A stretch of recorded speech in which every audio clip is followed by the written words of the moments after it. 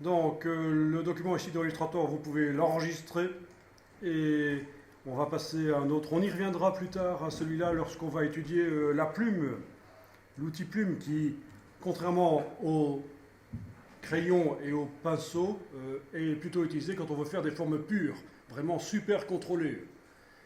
Si on veut un objet pur, une voiture réaliste avec des courbes, ce sera la plume qui va servir.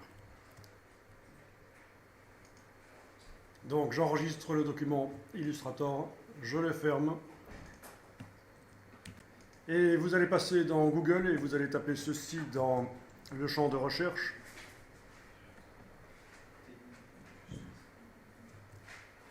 Et nous allons prendre celui-ci.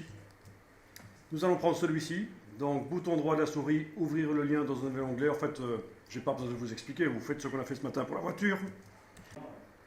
Vous le faites pour cet ours-là, c'est-à-dire le mettre en fond d'écran en modèle. Donc je fais bouton droit, copier l'image. Je vais dans Photoshop, fichier nouveau. OK. Je fais édition coller. Je l'enregistre au format Photoshop, forcément il y a un calque. OK, je vais l'appeler Elibert 01. Voilà. Je l'enregistre dans le dossier qu'on a créé tout à l'heure.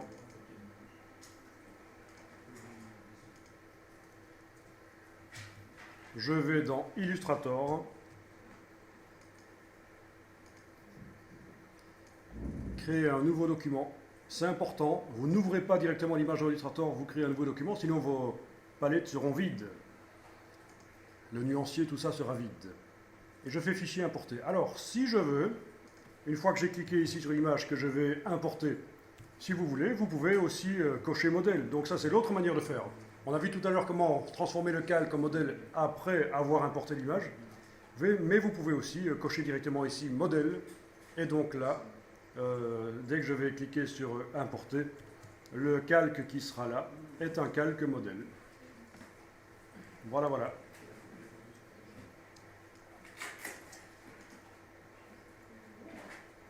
Donc dans la palette des calques, c'est directement un calque modèle. Et en plus, il vous a créé un calque pour travailler dessus. Il vous a créé tout seul, Illustrator, un calque pour vous travailler dessus.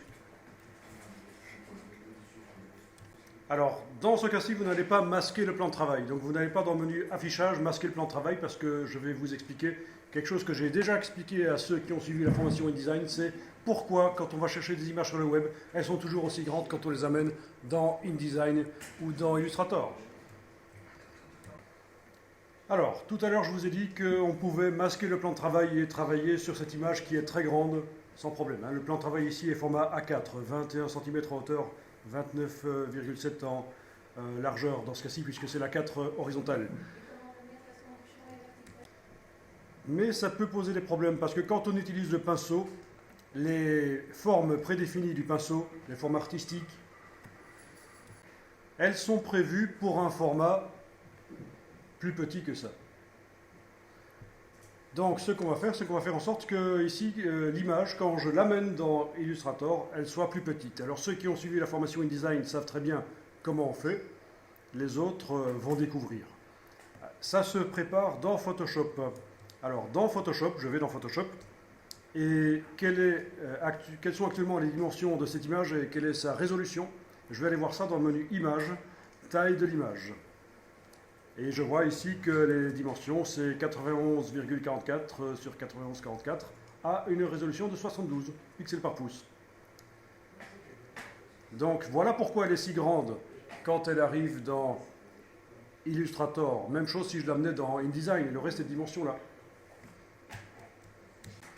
Donc, dans la boîte ici, taille de l'image en Photoshop, vous devez décocher rééchantillonnage parce que notre but n'est pas de modifier le nombre des pixels de l'image.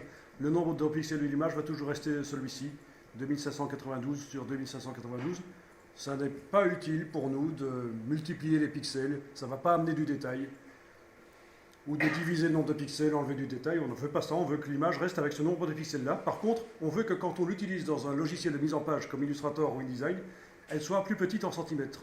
Vous avez donc rééchantillonnage qui est décoché, on peut dire que ça en quelque sorte le moteur de multiplication ou de division des pixels. il est décoché, donc le nombre de pixels va rester le même. Et ici, on va augmenter la résolution. Par exemple, on va indiquer 300, voilà, et on voit que l'image aura une dimension de 21 sur 21. Donc je viens de densifier les pixels sur une distance d'1 pouce sur le papier, 2,54 cm. 2,54 cm c'est un pouce, sur une distance d'1 pouce sur le papier. Ce ne sont pas 72 pixels de l'image qui seront utilisés, mais c'est 300. J'ai densifié les pixels et alors forcément l'image devient plus petite. Alors vous pouvez mettre 300, vous pouvez mettre 400, ça fonctionne aussi. Il n'y a pas de problème. C'est juste pour que ça règle le problème de l'image trop grande quand je l'amène dans Illustrator. Donc je clique sur OK une fois que vous avez choisi une résolution. On clique sur OK. Voilà. On aurait pu faire l'inverse, on aurait pu modifier les centimètres et ça modifie la résolution. Nous, on a modifié la résolution, ça a modifié les centimètres. Et je mets à jour le fichier sur le disque dur, fichier enregistré. Voilà, le fichier est mis à jour sur le disque dur. Je vais dans Illustrator, alors il est fort probable que si je mets à jour le lien, ça ne va pas modifier la dimension de l'image. On va voir. Je vais donc dans la palette lien, menu fenêtre, lien, et je demande mettre à jour le lien. Ah, il faut que je... Ouais, non, ça ne marche pas.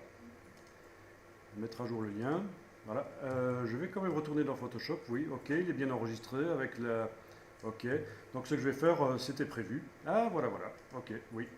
Donc le lien est mis à jour, mais pas la dimension. Donc en fait, ça ne fonctionne pas. Il faut en fait supprimer l'image. Donc je vais carrément supprimer le calque modèle. Ou faire en sorte que ce soit plus... Oui, on va carrément supprimer. Vous le jetez. Vous le jetez. Vous allez réimporter l'image, fichier importer, le teddy bear. Vous pouvez cocher à ce stade-ci modèle si vous voulez, ou alors vous le faites après comme on a fait tout à l'heure au matin.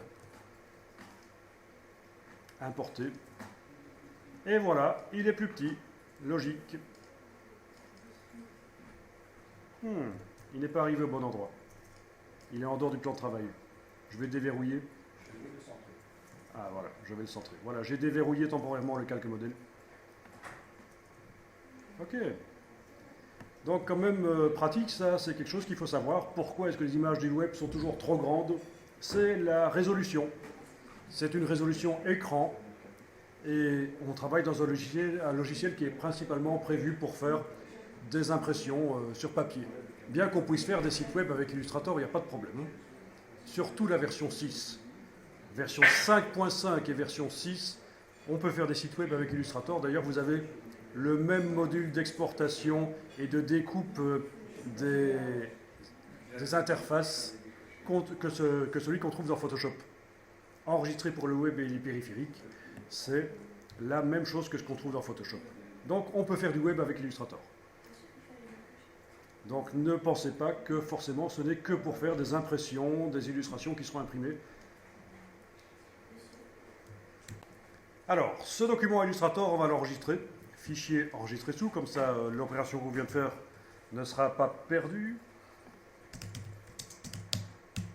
Donc je vais l'appeler par exemple dessin de teddy bear.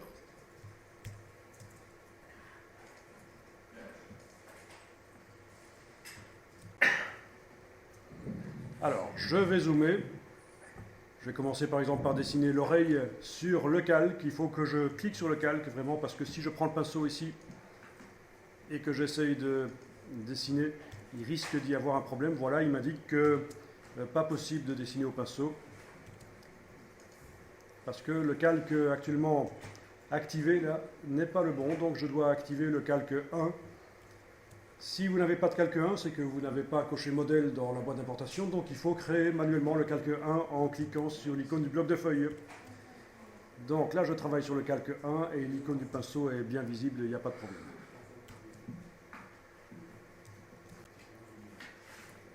Alors, dans la palette des formes, que je peux faire apparaître en cliquant ici, voilà, ou menu fenêtre forme, dans la palette des formes, je vais choisir de travailler avec des formes calligraphiques. Donc les formes calligraphiques, quelles sont-elles? Ce sont celles qui se trouvent ici au-dessus. Donc tout à l'heure, je vous avais dit de ne pas utiliser les formes dans les petits carrés, mais il s'agissait d'autres formes. qu'on avait été chercher ici, artistique.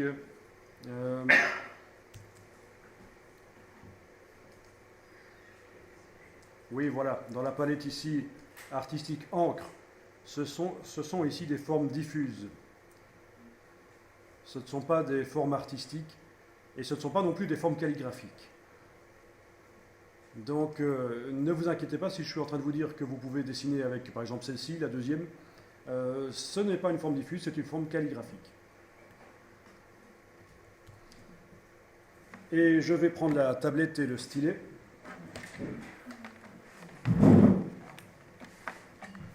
Voilà. Et je vais dessiner la forme de l'oreille ici. Et je voudrais faire quelque chose qui a de la vie. Voilà. Voilà. Ok. Donc c'est à peu près. Après, je peux aller remodeler si je veux. Il y a des possibilités. Il y a l'outil transformation manuelle, etc. Mais on n'est pas à 1 cm près. C'est juste un modèle, l'ours. Hein. Donc vous activez la deuxième forme, par exemple, qui a l'air déjà bien grande. Et vous pouvez dessiner avec.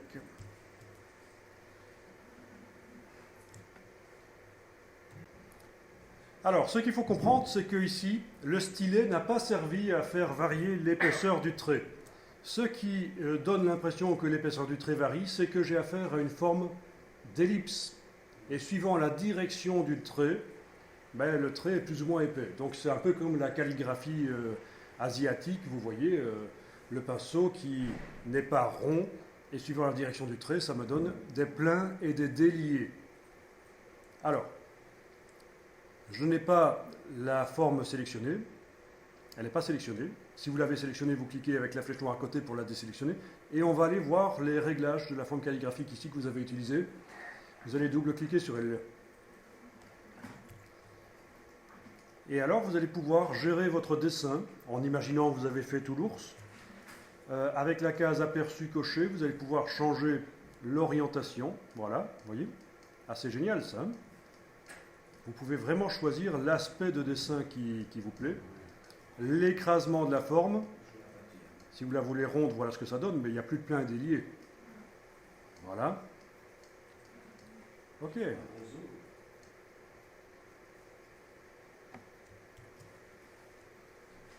Donc, les autres options, on ne s'en occupe pas pour l'instant.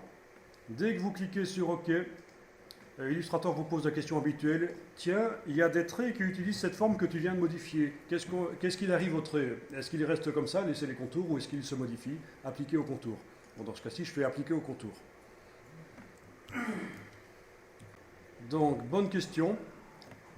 La forme ici va garder les modifications qu'on vient de faire pour ce document uniquement. Pour ce document. Voilà, si on veut récupérer cette forme dans un autre document, il va falloir l'enregistrer dans une bibliothèque personnelle. Et elle sera récupérable via n'importe quel autre document. Donc ça veut dire que si vous ouvrez un autre document, si vous modifiez les palettes, que ce soit la palette des formes, nuanciers, etc. Par exemple, le nuancier, on a été modifié tout à l'heure dans l'autre document, mais on ne retrouve plus nos modifications ici. Donc on peut se créer une palette avec notre trait à nous. Oui, vous pouvez vous créer une palette avec votre trait à vous, plusieurs palettes, et les charger, faire en sorte qu'elles soient chargées automatiquement quand on démarre un nouveau document, tout est possible. Mais c'est un peu plus complexe, on en reparle plus tard. Si j'oublie de vous en parler, vous me le dites.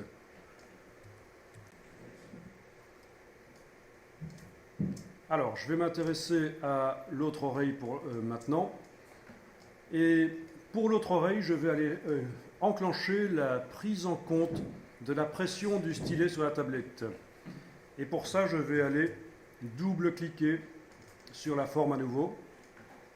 Et c'est ici, à la variation de diamètre, qu'on va pouvoir changer ça. Vous laissez toujours ça à 5 points, c'est bien. Par contre, ici, ça ne va pas être un diamètre fixe. Je vous rappelle que notre forme ici, c'est un diamètre fixe de 5 points. On a l'impression que ça varie parce que c'est l'orientation de la forme. Mais c'est 5 points fixes. Et donc, je vais dire, qu'est-ce qui fait varier le diamètre maintenant? De manière aléatoire? Non. La pression, voilà, c'est ça, la pression du stylet sur la tablette. Remarquez au passage que si vous avez une tablette Intuos, elle est sensible à l'inclinaison. Vous pourriez faire en sorte que c'est l'inclinaison du stylet sur la tablette qui fait varier l'épaisseur. Mais ça ne nous intéresse pas ici. Sachez simplement que chez Wacom, il existe deux types de tablettes. Les bambous, qui sont bas de gamme, ça coûte à peu près 40 € la tablette, la petite. Pas sensible à l'inclinaison, donc ceci ne vous servira pas avec une bambou. Tandis qu'avec une Intuos, ça marchera. Donc l'Intuos, c'est le plus haut de gamme pour les graphistes. La bambou, c'est pour ceux qui font la retouche photo.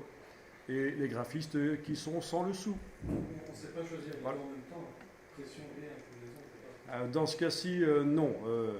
On n'est pas dans le logiciel Corel Painter qui, lui, peut faire ce genre de choses.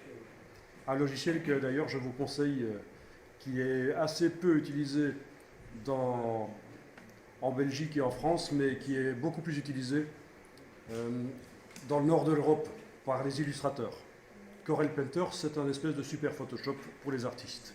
Ça ressemble à quoi l'interface? Ça ressemble à une usine à gaz. Voilà. Ok, on a choisi pression. Alors, voyons un peu si on peut... Variation. Oui, on va essayer avec variation 0 dans un premier temps. Je clique sur OK. Je dis que j'applique au contour. Donc normalement, si vous avez juste indiqué pression, le trait que vous avez fait précédemment n'a pas été modifié. Alors, voyons un peu si ici, j'arrive avec le pinceau, j'active le pinceau à faire varier un peu plus. Donc là, j'appuie peu sur la tablette, là, j'appuie plus fort. Non, ça ne fait pas varier. J'annule ça. Il faut que, en plus, j'aille faire indiquer la variation ici. Voilà, variation ici. Donc, vu que ça a modifié mon trait ici, dans ce cas-ci, quand je clique sur OK, je vais indiquer que je laisse les contours. Voilà, et donc c'est mes contours comme ils étaient avant. Donc, j'ai été modifier la forme. Pression, variation 5 points. OK, et j'ai indiqué que je laisse les contours qui utilisaient déjà cette forme, je les laisse comme ils étaient. Alors, voyons ça. Voilà. OK, ça marche. Donc là, je fais un petit test un peu n'importe où, juste pour tester. Là, j'appuie très peu sur la tablette. OK. Là, j'appuie fort. Là, j'appuie peu. Là, j'appuie fort. Donc, vous voyez que ça marche. Super. Donc, on a deux choses qui font varier l'épaisseur. C'est l'orientation, parce que c'est une forme d'ellipse. Et on a la pression.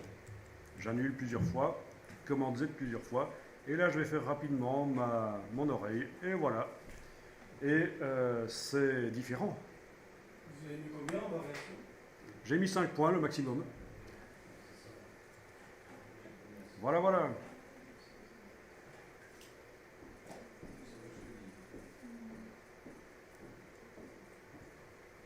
Ok, ça marche?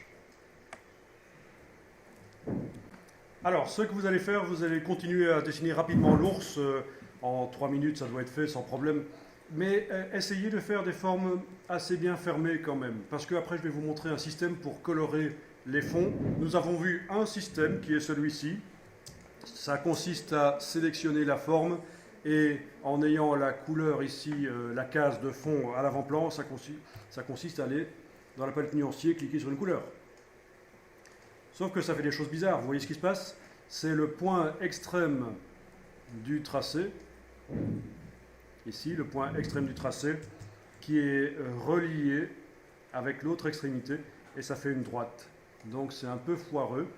Et donc il y a quelque chose qui est apparu récemment dans Illustrator, relativement récemment, c'est la peinture dynamique, et qui permet de faire du remplissage couleur de manière plus simple dans ce cas de figure. Donc on annule. Cette manière-là de faire, c'est bon quand on a des formes fermées. Mais dès qu'on a des formes ouvertes, on a une droite entre les deux extrémités, c'est foireux. Donc j'annule. Vous savez que pour annuler la couleur qu'on a mise, évidemment, il faut cliquer sur la diagonale. Voilà. Et donc j'étais en train de dire que j'allais terminer rapidement le dessin de cet ours. Alors, comme dans tous les logiciels Adobe, si à un certain moment les palettes vous ennuient, vous faites majuscule tabulation et elles partent. Pourquoi majuscule tabulation? Parce que si je fais tabulation tout court, c'est tout qui s'en va. Et en général, la palette des outils, elle m'intéresse. Donc tabulation, tout revient, c'est majuscule tabulation. Donc ne confondez pas majuscule et verrouillage majuscule, c'est vraiment majuscule tabulation pour faire partir les palettes de droite rapidement. Alors, on y va rapidement. On ne s'occupe pas de savoir si c'est joli ou pas. Alors, là j'ai foiré, mais c'est pas grave, je vais aller bouger les vecteurs après. Et vous allez voir qu'on va même faire un truc assez extraordinaire, c'est que dans une fenêtre, on va mettre l'image des traits, et dans l'autre fenêtre, uniquement les vecteurs. Ce sera plus facile pour les gérer. Ok. Les petits dessins des yeux, vous n'êtes pas obligé de les mettre, quoique, oui, ça pourrait servir, oui, oui, on va faire comme ça, oui. Et après, je pourrais aller faire des variations de dimensions. Hein. Si je trouve que les yeux ici, ça fait un peu trop atroce, je vais les faire plus petits, ce sera mignon. Voilà.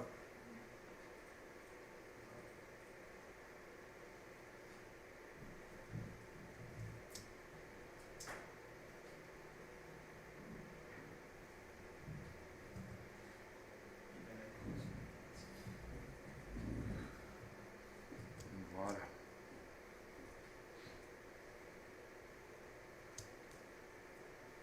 Ok. Bon, je vais toujours enregistrer ça.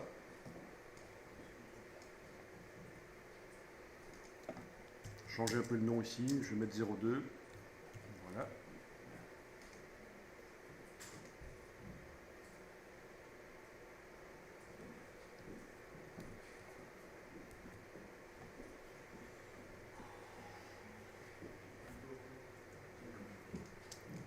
Alors, s'il y a certaines choses qui doivent être plus petites, avec la flèche noire, je vais les sélectionner. Donc celle-ci, par exemple, touche majuscule, celle-là, peut-être celle-ci aussi, amener un peu de variation. Voilà, ces lignes-là aussi. Voilà. Alors vous avez un cadre qui vous englobe les formes actuellement sélectionnées. Si ça vous ennuie, menu affichage, masquer le cadre de sélection. En fait, on n'en a pas vraiment besoin. Vous voyez ce qui est sélectionné là. Ça apparaît en vecteur bleu. Si les vecteurs bleus ne sont pas assez visibles, palette des calques, c'est comme dans InDesign, on double-clique sur le calque et on va choisir la couleur. Si par exemple je les veux rouges, ben je choisis rouge. Voilà, ils sont rouges.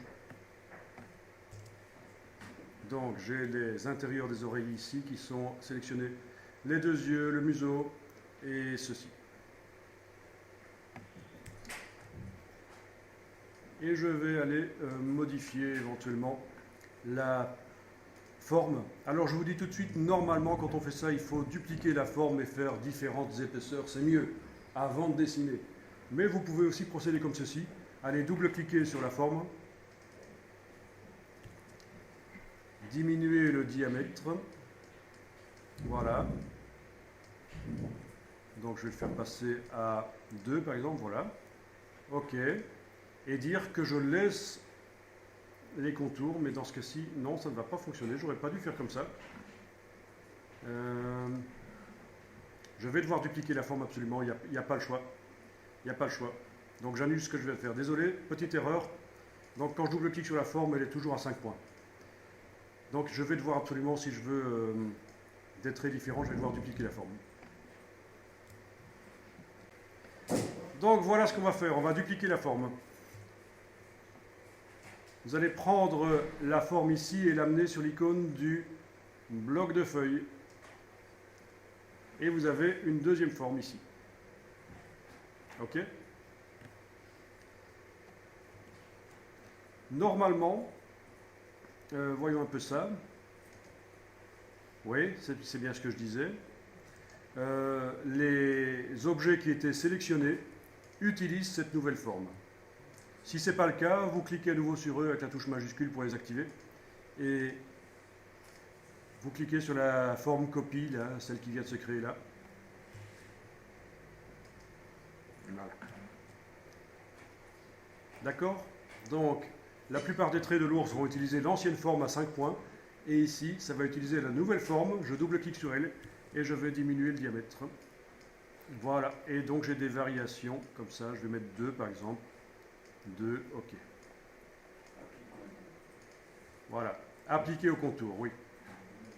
Au contour qui utilise cette forme. Voilà.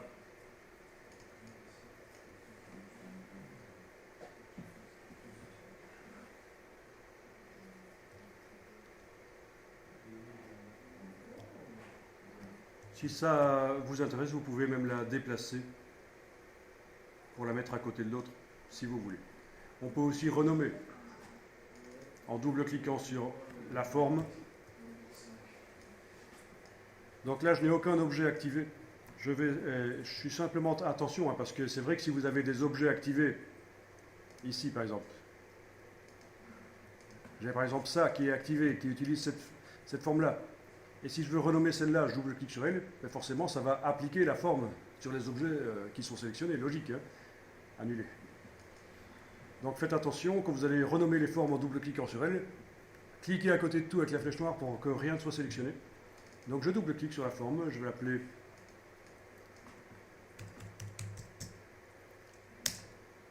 dessin trait 5 points par exemple, voilà. Dessin trait 5 points. Un nom évocateur, c'est vous qui voyez. Ici, c'est du 2 points diamètre, donc je renomme dessin trait 2 points. D'accord? Celle-là. Et donc quand je survole avec la souris, je vois à quoi ça correspond. Mais bien entendu, quand j'ai fait plein de formes comme ça, que je me suis fait ma palette d'artistes pour les formes, j'ai intérêt à afficher par liste, comme ceci. Donc menu de la palette des formes, affichage par liste. Et là, je vois mes formes. Donc si je veux,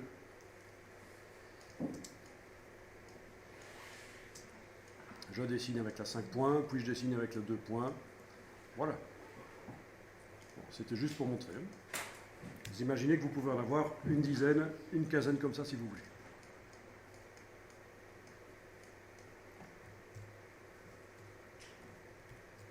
Ok, alors je trouve quand même que la 5 points c'est peut-être un peu trop.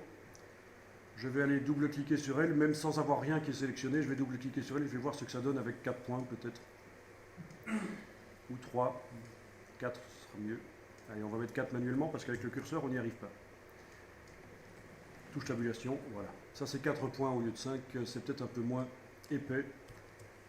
Ou essayons 3,5. Voilà, c'est possible aussi de mettre des décimales bien entendu. Ok. Voilà. Appliquer au contour, voilà.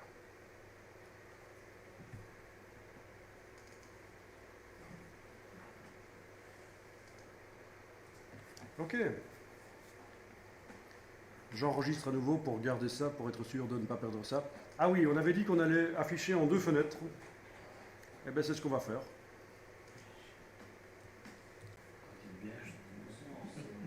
Donc, je vais demander ici de faire une nouvelle fenêtre sur le même document. Menu fenêtre, nouvelle fenêtre. Menu fenêtre, nouvelle fenêtre. Voilà. Donc ça veut dire que j'ai maintenant dans la même fenêtre, j'ai 2 onglets, parce que depuis quelque temps, Illustrator fonctionne comme les autres logiciels Adobe avec des onglets. D'accord? Alors, d'abord, regardez qu'à la suite du nom, il y a 2.1 ici et 2.2 ici. Donc ça indique que c'est la première fenêtre et la deuxième fenêtre. Donc c'est le même document, ce n'est pas 2 documents différents. C'est 2 fenêtres ouvertes sur le même document. Alors la fenêtre 2, par exemple ici, je vais demander qu'elle s'affiche par tracé. Ça, vous savez faire. C'est menu affichage, tracé. Donc je ne vois que les constructions. Je vois vraiment que les constructions.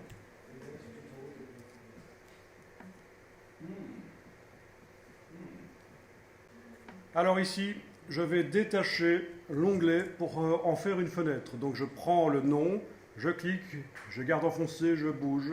Ça fait une nouvelle fenêtre. Donc j'ai ma fenêtre avec l'ours en aperçu ici, et j'ai ma fenêtre avec l'ours en tracé ici. Ensuite, je vais dans le menu Fenêtre, Disposition, Mosaïque. Et ça devrait vous mettre les fenêtres côte à côte, donc ça va vous éviter de devoir le faire manuellement. Ça suppose que vous n'avez que 2 documents ouverts. Si au lieu de fermer le document que je vous avais demandé de fermer tout à l'heure, vous l'avez mis sur le côté, ça va merder ici. Voilà. Alors il ne les a pas mis côte à côte, gauche-droite, il les a mis haut-bas, mais ça revient au même pour nous.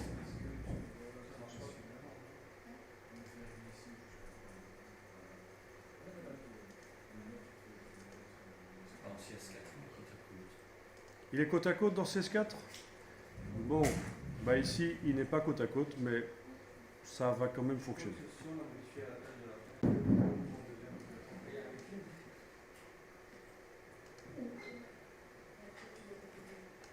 Bon, éventuellement je peux manuellement aussi les positionner.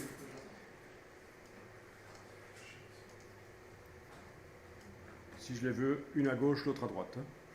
Donc comme ça je suis comme chez vous dans CS4, c'est ce que vous avez, une à gauche et une à droite.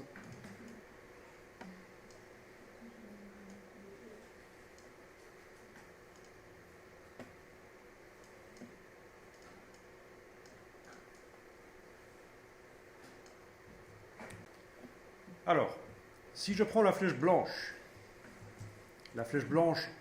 toute simple, attention parce qu'il y a une flèche blanche plus qui se cache derrière, c'est pas celle-là qui nous intéresse, c'est la flèche blanche toute simple. Donc je prends cette flèche blanche et je peux, ici dans la fenêtre, cliquer sur un tracé et ça fait apparaître les points et je peux aller bouger si je veux, voilà comme ceci. Donc techniquement ça fonctionne. Pourquoi est-ce qu'on a demandé ici d'afficher sans les traits? C'est parce que les traits peuvent nous empêcher, peuvent nous perturber, nous empêcher de bien voir les choses. Vous allez voir que ça peut être intéressant aussi pour ce que je vais vous expliquer là tout de suite. Donc ici, vous pouvez simplement prendre la flèche blanche et tester dans la fenêtre de gauche pour voir que techniquement, on arrive à bouger les tracés. Voilà. Alors, avec la flèche blanche, si je vais dans la fenêtre ici de droite et que je vais cliquer sur un tracé pour faire apparaître ces points et puis bouger les points, ben c'est la même chose. Dans la fenêtre de gauche, je vois que je suis en train de bouger. D'accord? Donc c'est possible de faire ça. C'est intéressant de savoir qu'on peut bouger les points en affichant sans les couleurs et voir ce que ça donne dans la version finale qui est dans l'autre fenêtre. Alors, on peut pousser le bouchon encore plus loin. C'est-à-dire que, regardez, quand je suis en train de bouger ici dans la fenêtre de droite, je vois que ça bouge tout seul dans la fenêtre de gauche, mais mes tracés sont toujours visibles. Eh bien, dans la fenêtre de gauche, je clique sur la fenêtre de gauche, je vais demander que les tracés ne soient plus visibles. Et ça, c'est affichage, masquer le contour de sélection. Voilà. Tout à l'heure, nous étions allés dans l'affichage déjà masquer le cadre de sélection. Et maintenant, c'est masquer le contour de sélection. Ça veut dire que maintenant, quand je travaille dans la fenêtre de droite, je ne vois plus, je peux zoomer, hein. Je peux supprimer des points éventuellement même, mais voilà, je ne vois plus les tracés. Une fois qu'ils sont repositionnés, ils disparaissent. C'est vrai que je les vois un peu pendant que je les bouge. Là, je peux zoomer aussi dans la fenêtre de gauche si je veux. C'est pas interdit, hein. On peut zoomer dans la fenêtre de gauche, dans la fenêtre de droite. Voilà. C'est dans la fenêtre de droite que vous avez enlevé ou ça change rien? La fenêtre de droite, je n'enlève pas l'affichage des tracés parce que c'est là que je travaille. C'est dans la fenêtre de gauche que j'ai... pour que les tracés ne perturbent pas le positionnement. Voilà. Ça fait comment masquer les contours de sélection? Masquer le contour de sélection, c'est ça. Alors, vous allez faire en sorte d'avoir des formes fermées, bien qu'elles puissent être un tout petit peu ouvertes pour ce qu'on va faire un peu plus tard.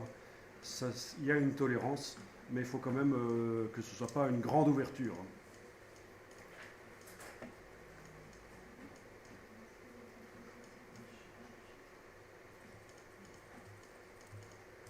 Ok.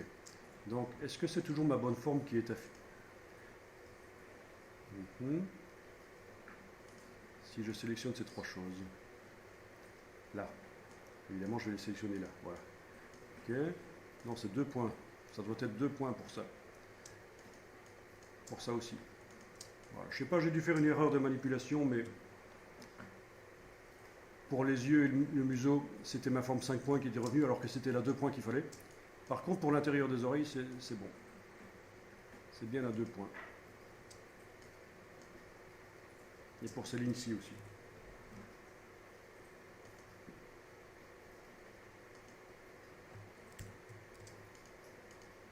Voilà. Impeccable. Ah, l'oreille de ici. Oui, l'oreille là. Flèche blanche. Alors attention, il y a un piège avec les flèches.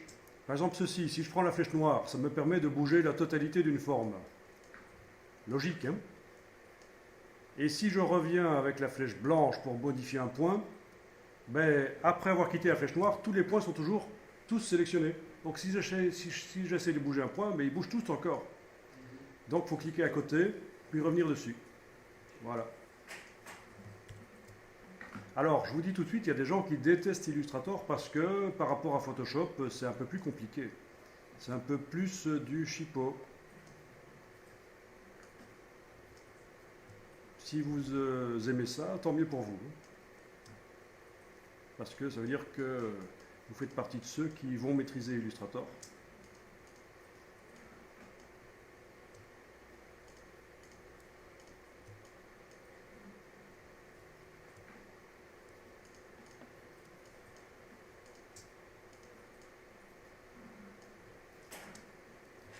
Voilà.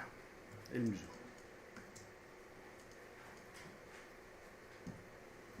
Vous avez possibilité aussi, pour certains points qui ont des tangentes, de bouger la tangente, bien entendu. Bouger la tangente pour modifier la courbure, pour influencer. Possibilité d'ajouter des points aussi, ou d'en supprimer. Avec la plume, voilà. La plume me permet, si j'approche la plume tout à fait normale d'un tracé qui est actuellement sélectionné, à un certain moment, ça devient plus. Si je clique, il y a un point qui arrive. Si je vais sur un point qui existe, là, avec la plume, elle devient moins. Donc la plume sur un tracé sélectionné à un endroit où il n'y a pas encore de point, ça ajoute un point.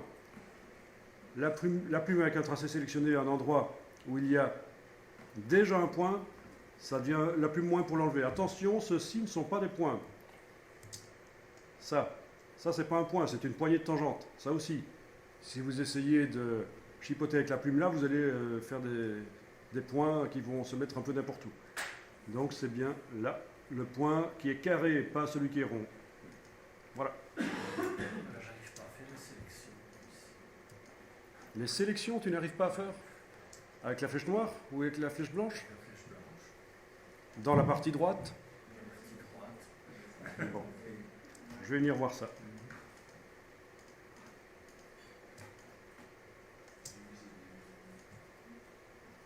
Alors sachez que si vous enregistrez ce document, quand vous allez le réouvrir, vous aurez peut-être 2 fenêtres, mais elles seront toutes les 2 en aperçu ou toutes les 2 en tracé. Il va falloir faire un petit travail pour les remettre comme ça.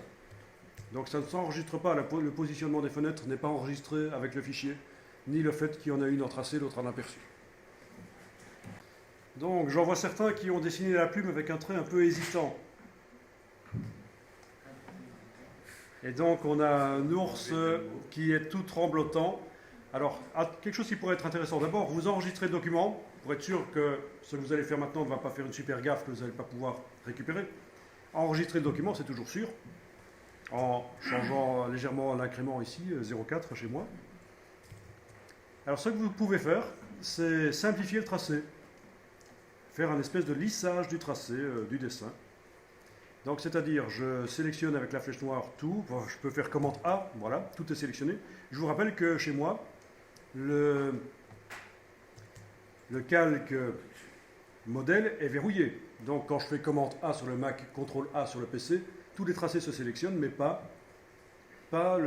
l'image dans le calque modèle. Hein, il est verrouillé. Alors, remarquez aussi, quand je suis dans la version aperçue ici, l'œil est normal. Quand je suis dans la version tracée, l'œil est blanc, hein, creux. Okay, ça, c'est pour indiquer qu'il s'agit d'un tracé. Parce que dans Illustrator, on peut aussi faire en sorte que certains calques soient en tracé et d'autres en aperçu. Ça, je peux vous montrer après. Pour l'instant, c'est toute la fenêtre qui est en tracé. S'il y avait d'autres calques, il serait en tracé aussi. Voilà. Si je fais un autre calque, il est en tracé aussi. Il est vite, mais vous voyez qu'il est en tracé. Et ici, il est en... ah non, il est en tracé aussi. Bon, j'ai rien dit. Ça complique un peu les choses. Je vais simplifier les choses ici. On ne continue plus à parler de ça. Alors, je vous disais que vous pouvez simplifier le tracé. Est-ce que vous avez beaucoup plus de points que chez moi sur votre tracé, quand vous regardez votre tracé? Oui, il y en a certains qui ont plus de points. Hein. On peut simplifier. Soit toute l'illustration, soit une partie des tracés que vous sélectionnez. Hein. Mais ici, je vous ai demandé de tout sélectionner. Et vous allez dans le menu Objet, Tracé, Simplifier. Objet, Tracé, Simplifier. Attention, tout le monde n'est pas obligé de faire ça. C'est uniquement ceux chez qui ça va donner mieux une fois que ce sera simplifié. Objet, Tracé, Simplifier. Donc menu Objet, Tracé, Simplifier. Il y a cette boîte-ci qui s'ouvre. Vous cochez la case aperçue et vous pouvez voir l'avant-après. Donc ça enlève des points. Vous pouvez jouer sur le curseur précision des courbes. Vous voyez que plus on va vers la gauche, moins il y a de points. Oui, à un certain moment, ça commence à partir dans tous les sens, mais ceci dit, ça peut être intéressant aussi. Mais pas dans le cas qui nous intéresse parce que j'ai demandé des formes fermées, mais voilà. Donc ça peut être sympa aussi, quand vous avez un truc que vous voulez tester, essayez de voir en enlevant des points si ça peut devenir sympa, à gagner un petit côté sympa. Voilà, et donc plus je vais vers la droite, plus ça ajoute des points. Voilà, là je suis à 100% vers la droite, et j'ai plein de points qui sont inutiles. Voilà. Donc le but c'est de simplifier, c'est pas d'en ajouter. Hein. Voilà. Ok. Eh ben voilà. Regardez par exemple ici, mon ours normal. Et quand je simplifie, il change un peu de tête. Voilà ce qu'il devient. Voilà. Et ça peut être plus sympa. Donc c'est moi qui décide. Je vois, il devient mieux quand ils sont complexifiés. Il devient mieux si tu le complexifies? Ah, tiens.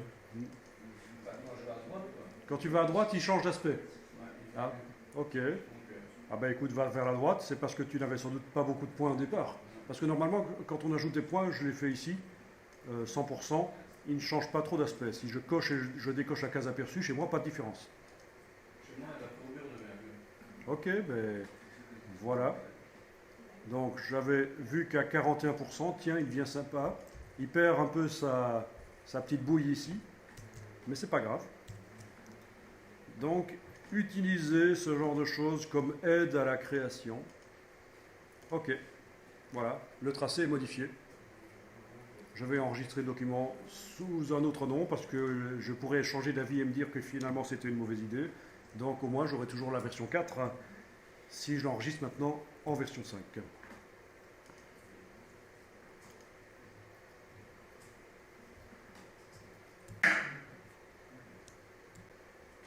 Bon, alors à partir de là, je n'ai peut-être plus besoin de la deuxième fenêtre ici, je vais la minimiser, elle va disparaître.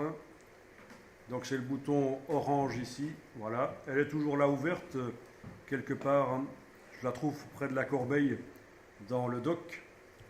Mais je continue à travailler sur la version affichée en aperçu.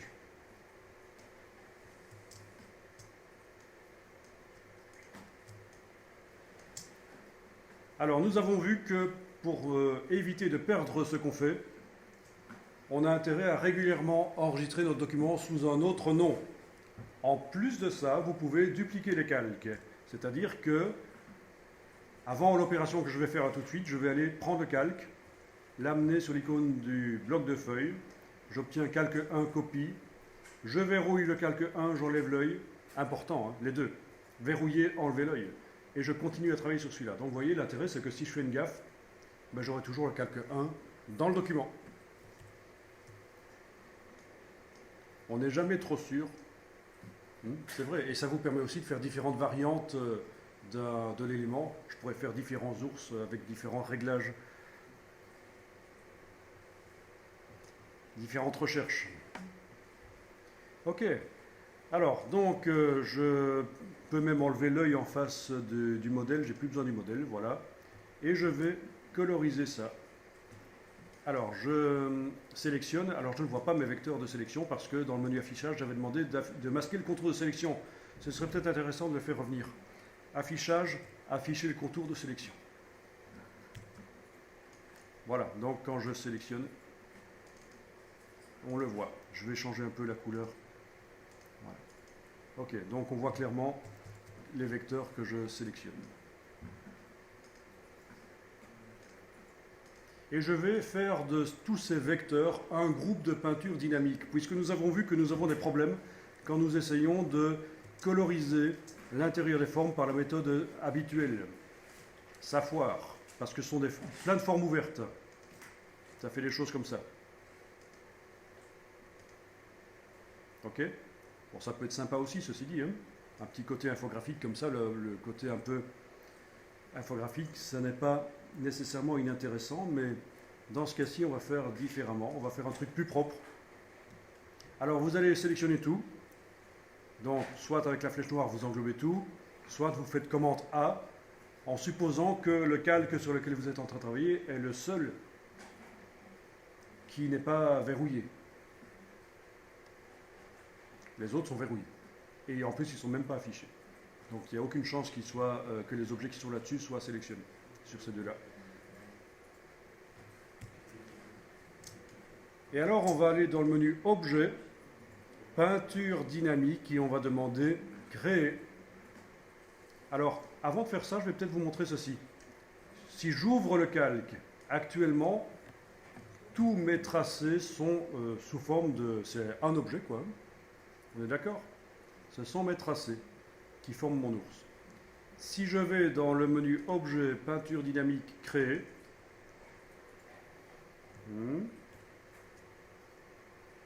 ok. Ah.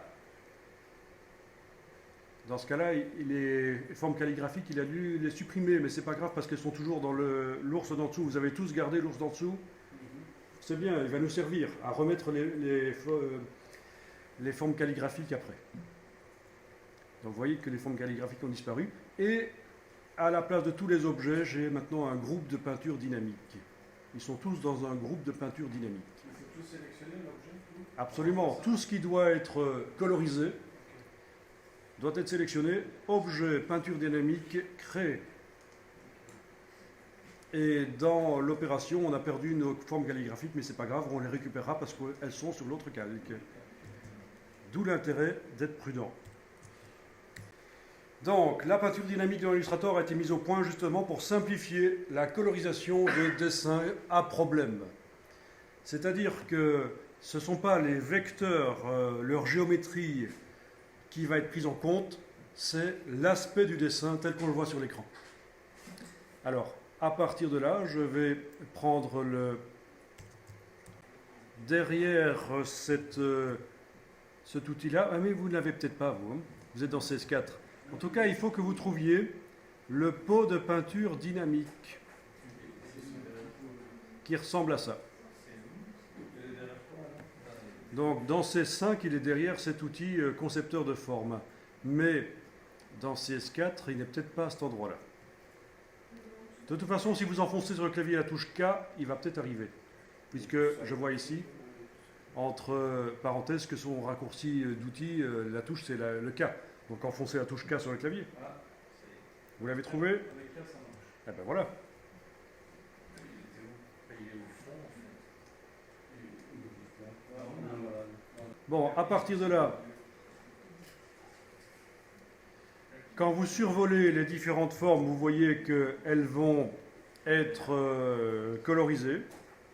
Alors, remarquez que cette forme-ci, vu que j'ai laissé un grand espace, elle est considérée comme une seule forme. Hein. Donc je ne vais pas pouvoir mettre la patte ici de gauche dans une couleur différente, sauf si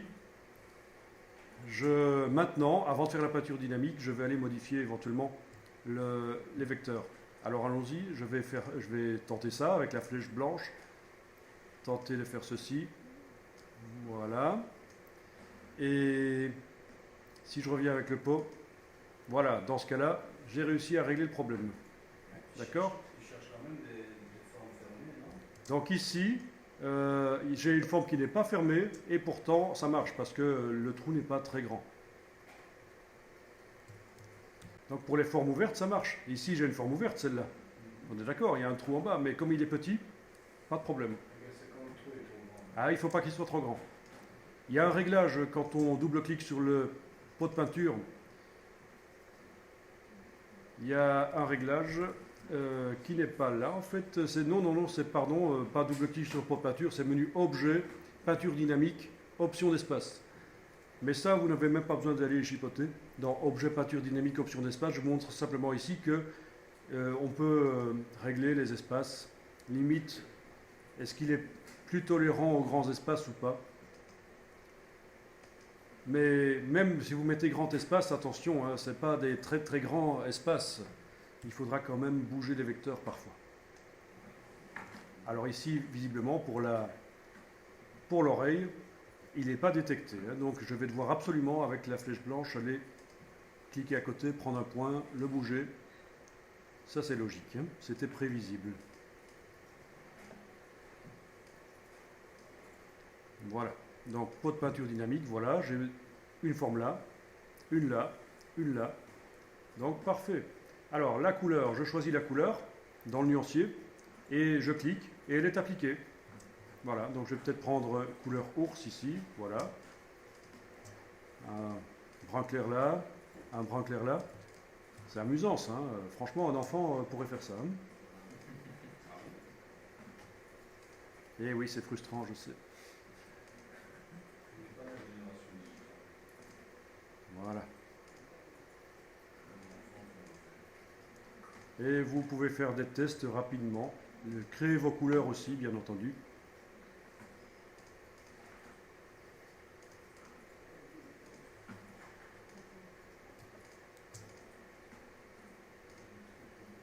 Bon, voilà.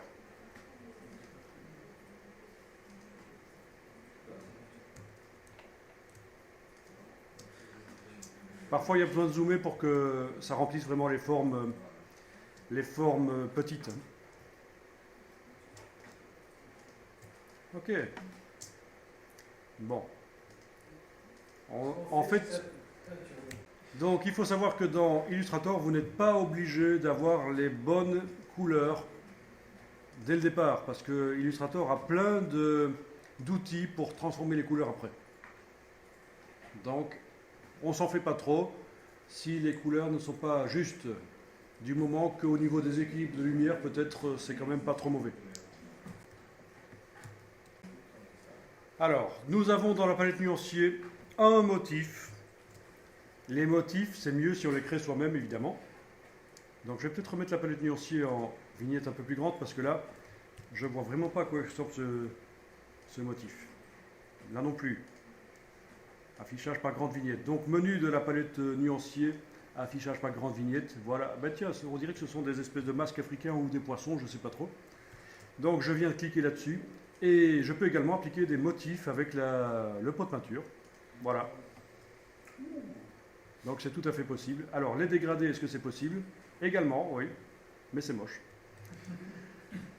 Alors, je vais aller chercher des bibliothèques de dégradés. Dans le bas ici, en haut dans le bas ici à gauche, les dégradés. Vous avez plein de dégradés. Ce sont des palettes qui s'ouvrent. Voilà. Et on peut aller choisir. Voilà. Donc, feuillage, c'était peut-être pas l'idéal. Dégradé. Voyons un peu. Pierre et bijoux. Ouais, essayons ça. Ok, ok.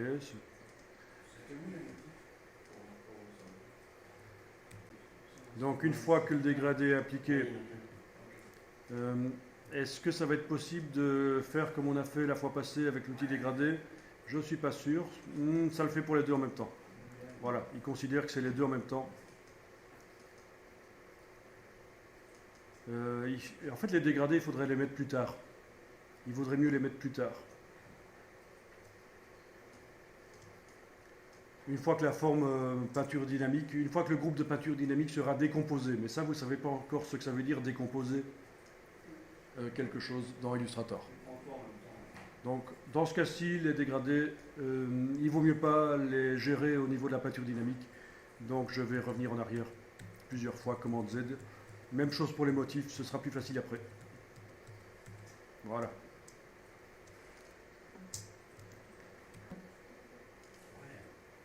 Alors, les motifs, il existe aussi des bibliothèques de motifs.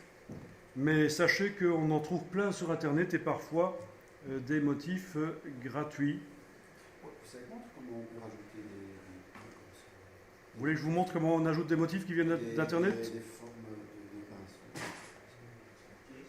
Donc c'est en fait assez simple. Quand on est dans la palette nuancier du document, non, en fait, il va falloir y aller par les dossiers, en fait. Il faut y aller par les dossiers, mais il y a un autre moyen. Il suffit d'ouvrir les documents qui contiennent les motifs, les ouvrir dans Illustrator et les déplacer dans ce document-ci, en fait. Ou les formes. Oui, donc voilà, on verra peut-être ça plus tard. Mais c'est vrai que les palettes portent des noms spéciaux, il faut les placer au bon endroit dans l'ordinateur, mais si vos motifs viennent avec un document Illustrator qui les utilise, vous l'ouvrez et vous faites un transfert des formes et d'office ça va être ajouté à la palette nuancier. Ce sera plus simple. Voilà. Bon, donc il existe plein de motifs différents qui existent, voilà. Des grandes vignettes, on ne peut pas voir en plus grand en fait. Hein. Non, on ne peut pas voir en plus grand, c'est un peu ennuyeux.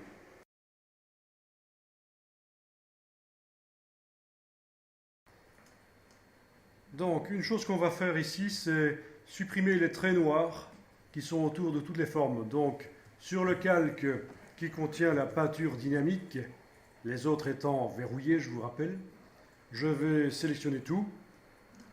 Et ici, dans la palette des outils, je fais venir le contour en avant-plan et je clique sur la diagonale. Voilà, donc je viens de supprimer tous les contours sur ces formes-là. Ça ne m'intéressait pas d'avoir les formes avec un contour. D'accord? Si je vous montre avant-après, voilà ce que ça donnait avant. Et maintenant, commande majuscule Z pour aller en avant. Voilà. Donc vous avez l'avant-après. Ok. Alors, sachez que vous avez toujours votre contour qui se trouve dans le calque ici. Si vous affichez le calque, il est derrière, ça peut être sympa. Si vous le déplacez, ce calque qui contient le contour, au-dessus, attention, regardez, quand on déplace un calque, si je lâche à ce moment-ci, il tombe dans le calque. Donc j'annule, commande Z. C'est vraiment au-dessus qu'il faut le mettre. Donc ceci, c'est pas bon, il faut monter un peu plus haut, et voilà. Donc déplacer la vignette, parce qu'en fait on peut mettre un calque dans un autre, et le calque qui se déplace dans l'autre devient un sous-calque. C'est une manière de simplifier les choses. Voilà, et là j'ai donc les traits qui sont par-dessus, c'est les traits que j'avais fait en calligraphie. C'était le backup que j'avais fait des traits en dupliquant le calque.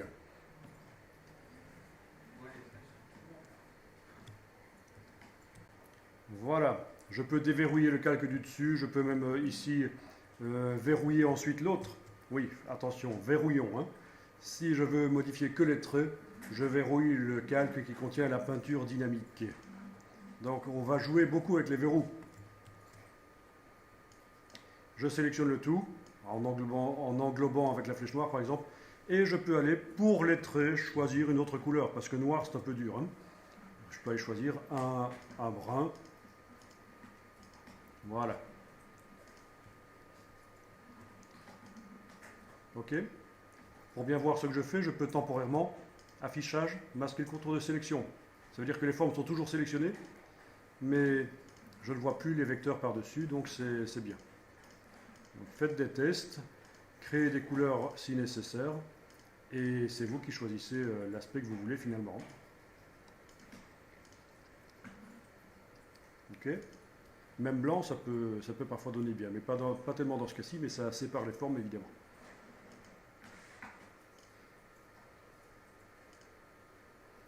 OK.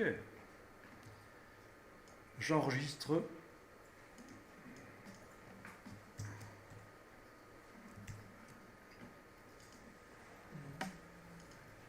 Et vous gardez bien ça parce que nous allons y revenir à la prochaine journée de formation, parce que notre peinture dynamique, nous allons la décomposer, c'est-à-dire que nous allons faire en sorte que finalement, ce ne soit plus une peinture dynamique. Quel intérêt? On pourrait se dire, tiens, mais pourquoi est-ce qu'on va quitter le mode peinture dynamique qui est bien pratique et qui me permet avec le pot d'aller changer les couleurs rapidement? Ben, c'est parce qu'à un certain moment, c'est limité. On ne sait pas tout faire. Notamment, on a vu le dégradé. Quand j'ai essayé de mettre un dégradé, de bouger le sens du dégradé, l'orientation, dans la peinture dynamique, ça ne marchait pas bien. Il y a plein de choses qui vont mieux fonctionner une fois que ce sera décomposé. Donc, on y reviendra.